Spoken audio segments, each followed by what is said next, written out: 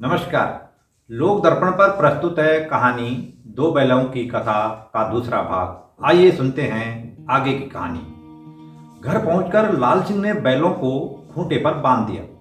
बैलों की पीठ पर हाथ फेर कर थोड़ी देर तक उसने उनकी मालिश की। इसके बाद लाल सिंह गज्वा के पास जाकर उससे ऐसे बात कर रहा था मानो वह बैल नहीं इंसान है और वह लाल सिंह की हर बात को समझता है।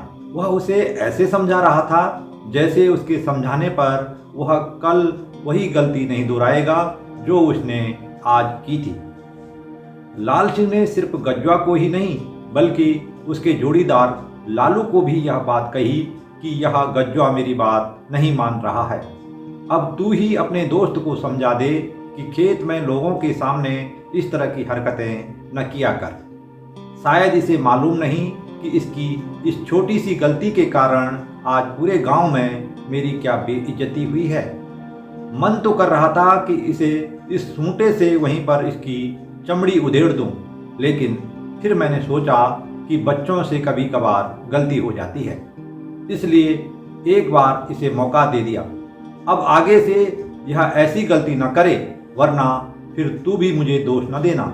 इसके बाद बैलों को सानी पानी देकर वह अपने अन्य काम में लग गया।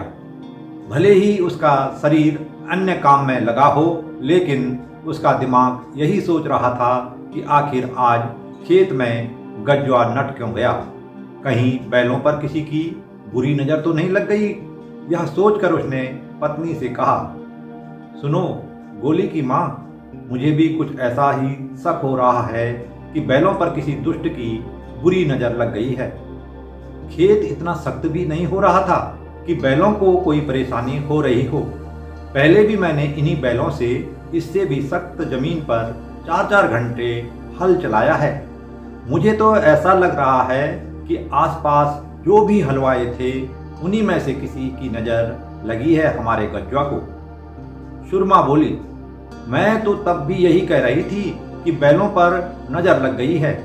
आपने ही बेफजूल में उन्हें चाय तमाकू पीने अपने खेत में बुलाया।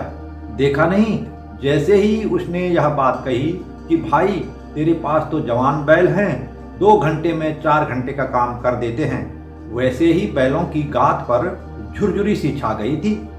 आपको मालूम भी है कि वह आदमी कितना खतरनाक है, फिर भी उसे हुक्का पानी पीने की दावत देते रहते हो। लाल सिंह ने कहा, तुम गजेंद्र की बात तो नहीं कर रही हो? यह बात तो उसी ने कही थी। सुरमा बोली, हाँ हाँ, मैं उसी की बात कर रही हूँ। यह सब उसी का किया धरा है। चाहो तो किसी नज़र उतरवाने वाले से भी पता कर लो। लाल सिंह ने कहा, उसकी नज़र लगती तो लालू पर लगती। गज्वा तो उसी की गुठियार का बछड़ा है, तो भला उस पर उसकी नज़र क्यों लगेगी?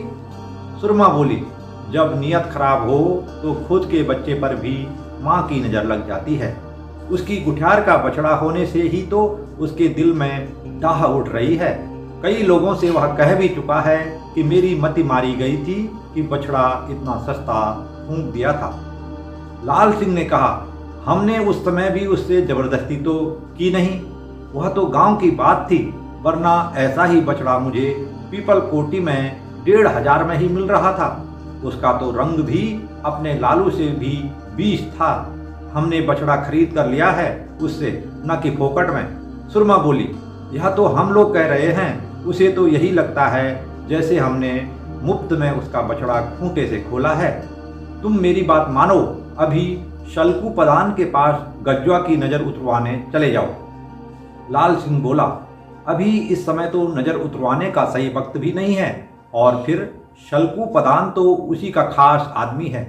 पता चला कि उसने भी कुछ और तंत्र मंत्र कर दिया तो फिर एक और बड़ी मुसीबत खड़ी हो जाएगी। एक बार नज़र उतरवाने का टोटका बेकार हो गया तो नज़र और भारी हो जाती है।